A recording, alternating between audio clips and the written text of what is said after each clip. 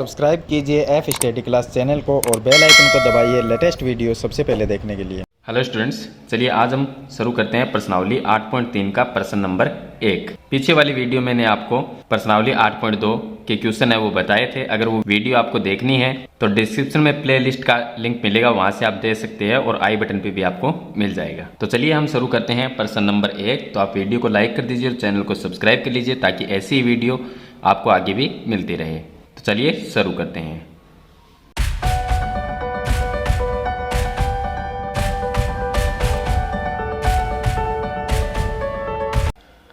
तो देखिए ये है प्रश्नावली 8.3। इसमें लिखा है कि निम्नलिखित के लिए कुल राशि एवं चक्रवर्ती ब्याज ज्ञात करना है।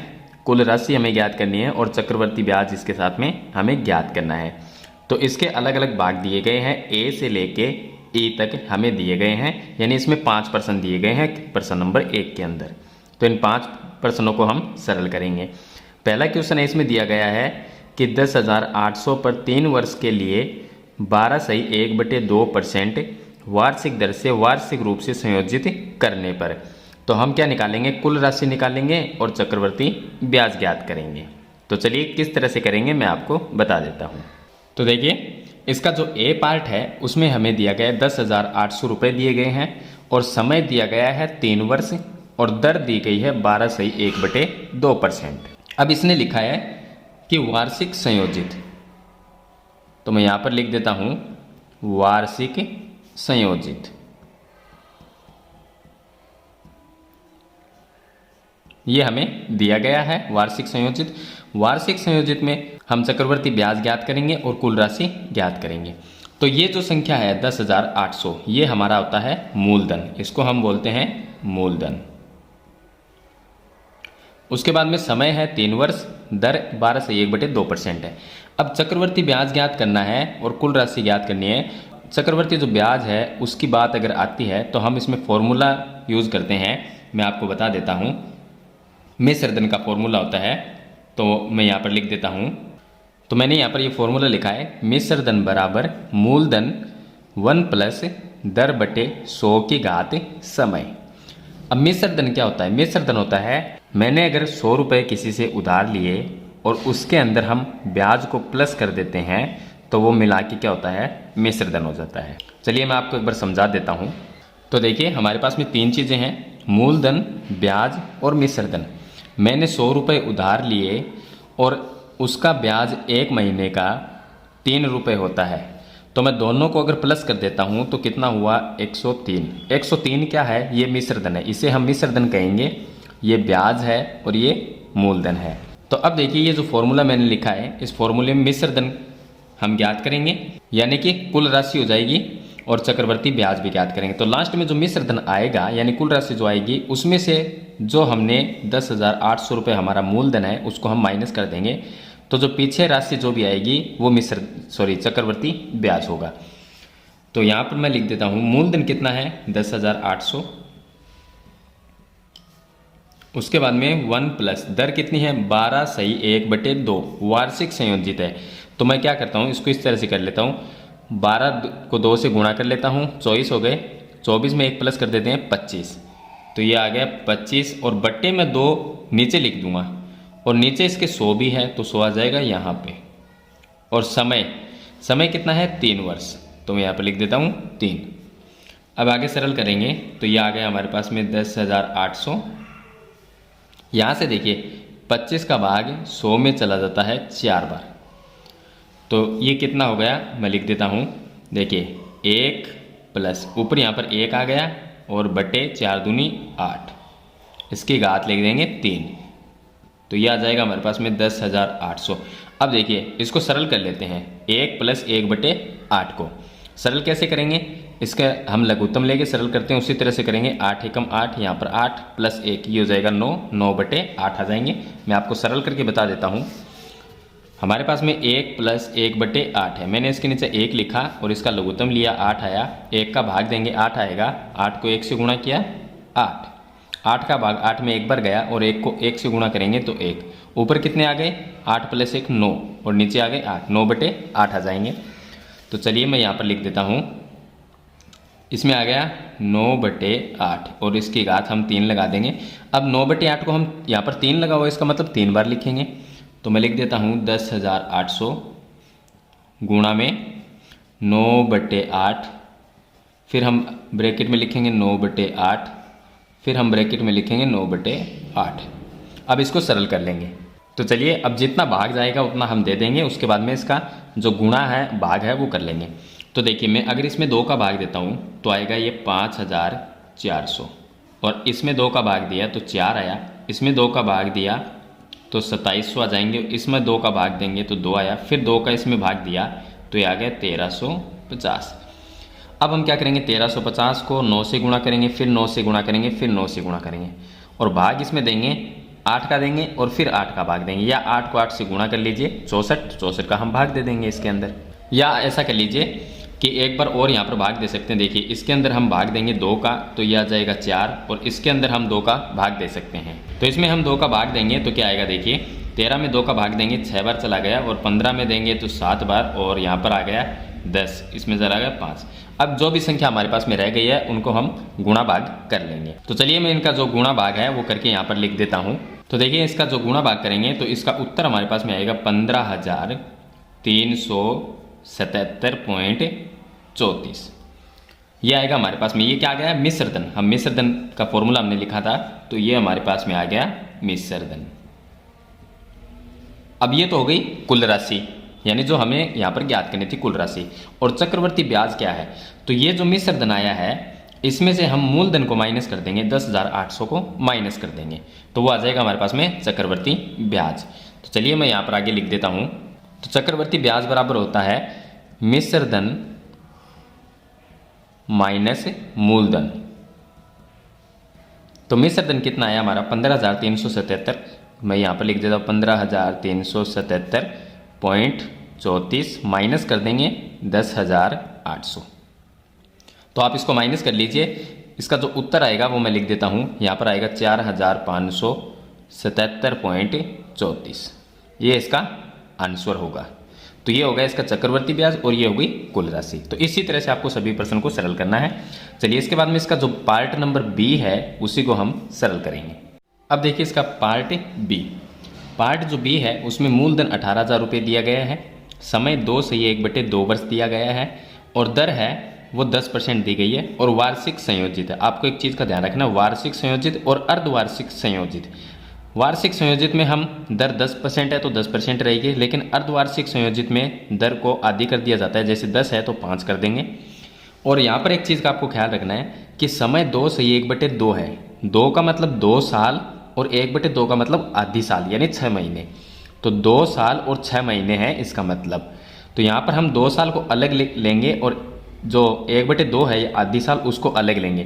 तो जब 2 साल लेंगे तब तो दर 10 ही रहेगी, और जब आधी साल लेंगे तो उसमें दर हो जाएगी 5, यानी इसकी आधी हो जाएगी।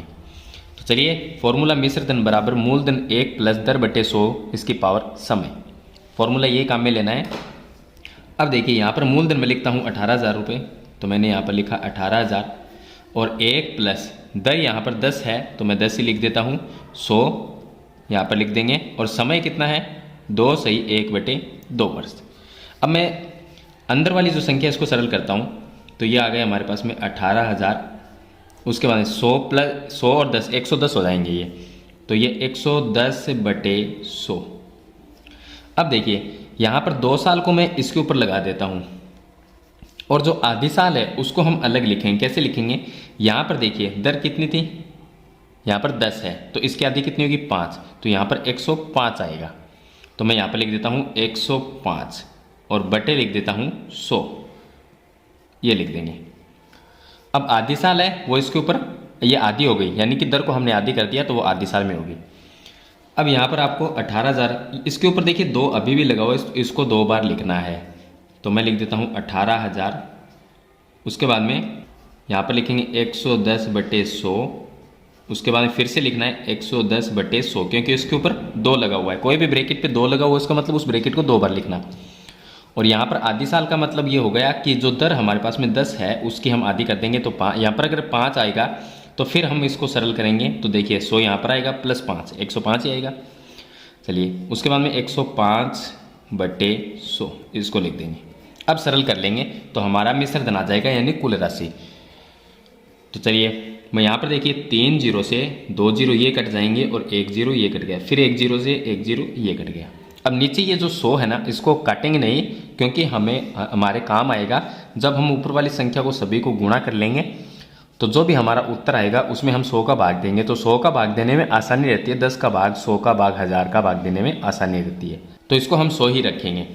तो मैं ऊपर वाली संख्या को 18, 110, 11 और 105 इनको मैं गुणा कर लेता हूँ और यहाँ पर मैं लिख देता हूँ। तो ये हमारे पास में आ जाएगा 22, 86, 900 और बट्टे में हम 100 का भाग देंगे।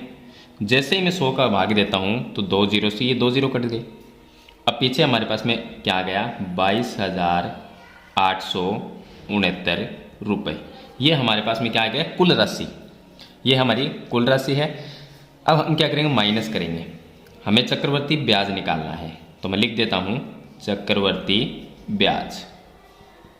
चक्रवर्ती ब्याज कैसे निकलेगा, जो हमारी राशि है कुल राशि 22,869 इसमें से हम माइनस करेंगे जो हमें मूलधन 18,000 रुपये दिया गया था उसको माइनस कर देंगे। तो मैं माइनस कर देता हूँ चलिए 18,000। तो पीछे हमारे पास में इसका उत्तर आएगा 4,869 रुपये। ये इसका हमारे पास में आंसर आ जाएगा। तो ये आ गया इसका चक्रवर्ती ब्याज। तो ये हो गया इसका बी पार्ट। इसके बाद में चलिए हम सी पार्ट को सरल करते हैं। अब देखिए इसका पार्ट सी है, इसमें हमें दिया गया है मूलधन दिया गया है 62,500 रुपये, समय दिया गया है 1 से 1/2 वर्ष और दर दी गई है 8%।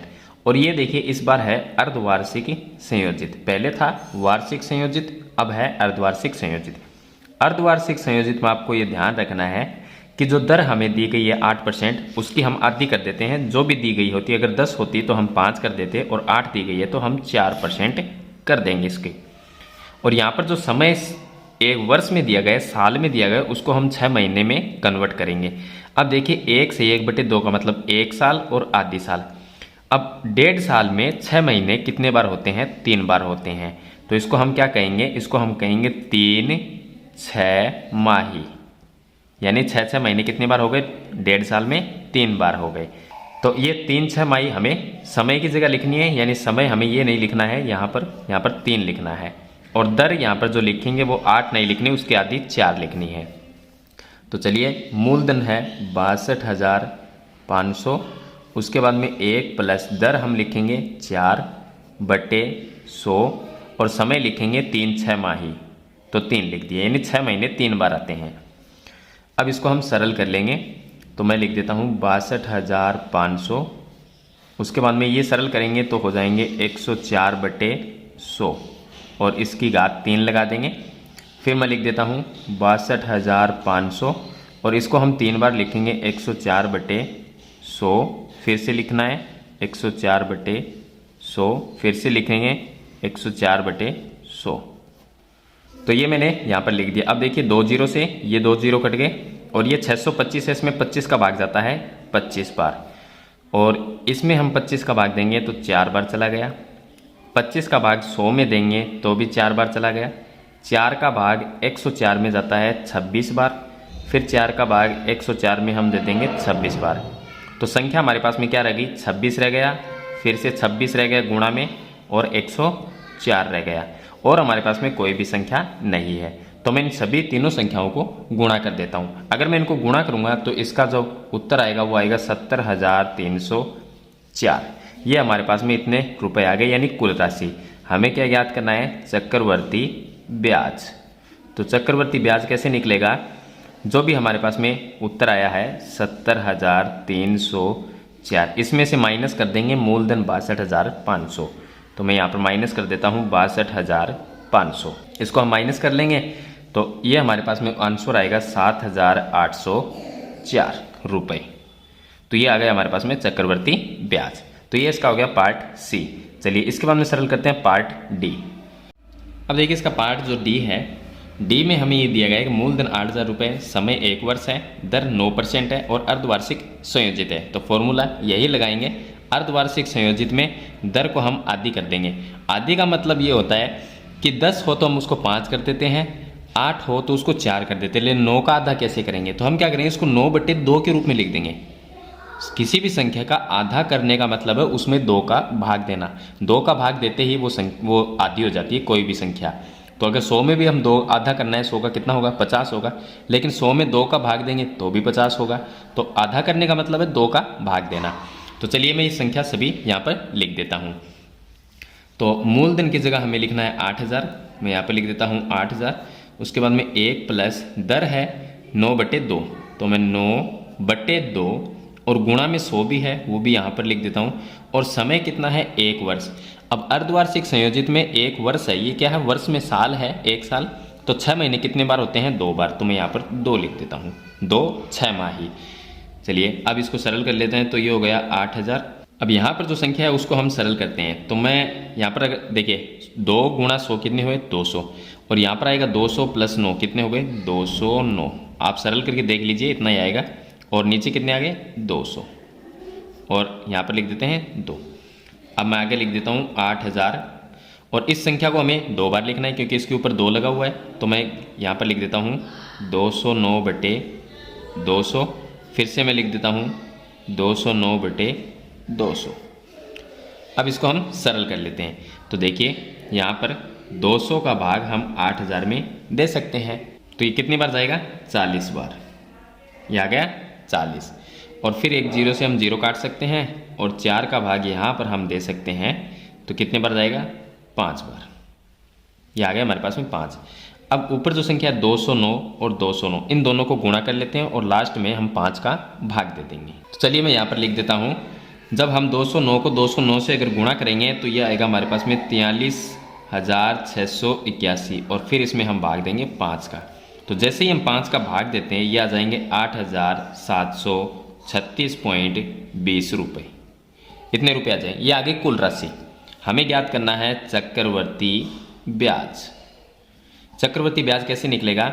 ये जो हमारे पास में कुल राशि है ये 8,736.20, इसमें से माइनस क्या करना है? मूलधन। मूलधन हमारा 8,000 रुपये है, इसको माइनस कर देंगे तो पीछे आ गए 736.20 रुपये। ये आ गया चक्रवर्ती ब्याज। तो इस तरह से हम सरल करेंगे। चलिए इसके बाद में इसका पार्ट ई है जो कि लास्ट है क्वेश्चन नंबर 1 का, तो वो भी मैं आपको बता देता हूँ। अब देखिए इसका पार्ट ई। पार्ट ई में मूलधन 10,000 रुपये है, दर 8% है, समय 1 वर्ष है और अर्धवार्षिक संयोजित है। तो अर्धवार्षिक संयोजित में दर जो होती है उसको हम आधी कर देंगे और समय वर्ष में दिया गया यानी 1 वर्ष। तो 1 वर्ष में कितने? 6 महीने कितनी बार आते हैं? 2 बार। तो 2 6माही लिखेंगे, यानी कि ये 2 है वो समय की जगह आएगा और 4 है वो दर की जगह आएगा। तो मूलधन कितना है? 10,000 रुपये, मैं वो लिख देता हूँ।